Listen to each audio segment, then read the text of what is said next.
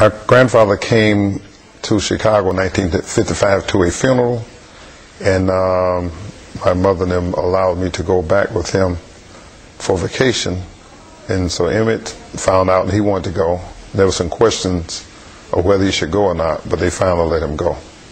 They always kind of prep you for going to Mississippi, made you very aware of what could happen and what the South was like.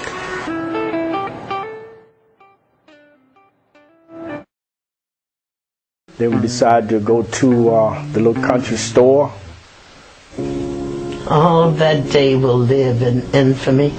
We got to the store in Money, Bryant's store. I went in and Money Emmett Till came in, so I left out and left him in the store. He and I left the store together. We didn't have any conversation with Mrs. Bryant. We left together. She came out of the store and went to her car, which was parked on the north side of the store. And as she was going to her car, that's when Emmett whistled at her. No one knew that he was going to whistle. And when he whistled, it scared everybody in the bunch.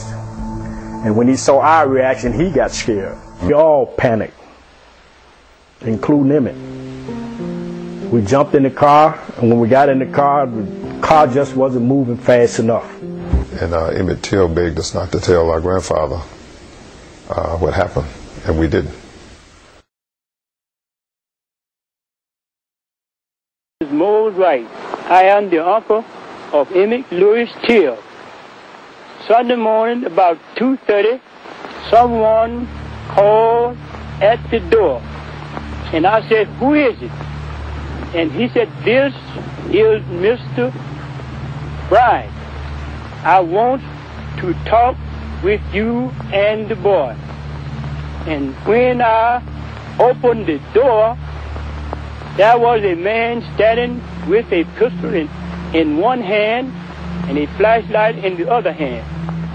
And he asked me, did I have two boys there from Chicago? I told him I have. And he said, I want the boy that done all that talk.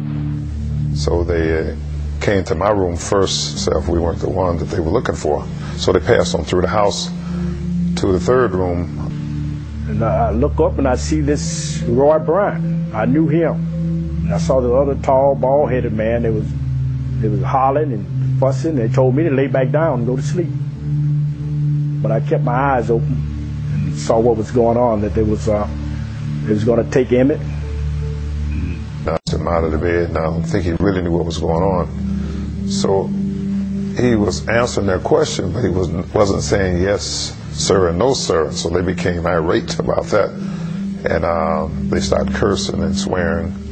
And I think he wanted to put on his socks or something with his shoes, and it was a terrifying experience. He had no idea what was going on, really. Yeah, had no idea the kind of people that he was dealing with, he was faced with. He had no way of conceiving what the South was like, no kind of way. In the room, my mom, she offered them money not to take the boy, and that's when Roy kind of hesitated. But Marlon wouldn't have nothing of it. He had made up his mind. He was the one with the gun. He had a .45 in his hand, and he was calling the shots. And he claimed that he was just going to take him up the road and just whip him and turn him loose. That's what he said he was going to do. They were telling my grandfather if he's not the one, they was going to bring him back. And they left. And after they left, nobody said anything to anybody. I do know that you don't whistle at a white woman in Mississippi. And I was praying that they didn't kill him. I wasn't going to kill him, just maybe torture him a little bit and bring a kid back to his grandfather.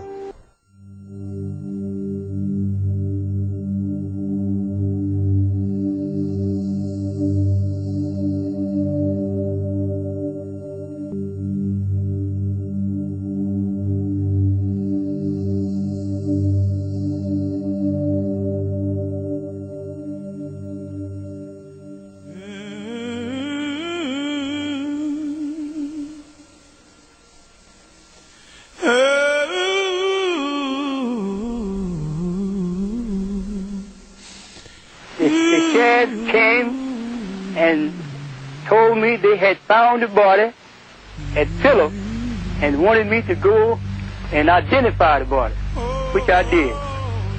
Well, there was shock, sadness, anger,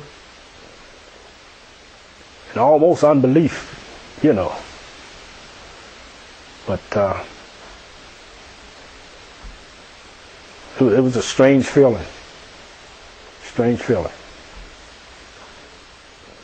Sheriff Strider wanted an immediate burial because he knew that it wouldn't be good for the state of Mississippi for people to see what had happened to Emmett Till. And the only way you could stop people from seeing was to bury it. I mean, get it out of sight. I don't know what authority he had to bury my son, but he took that authority.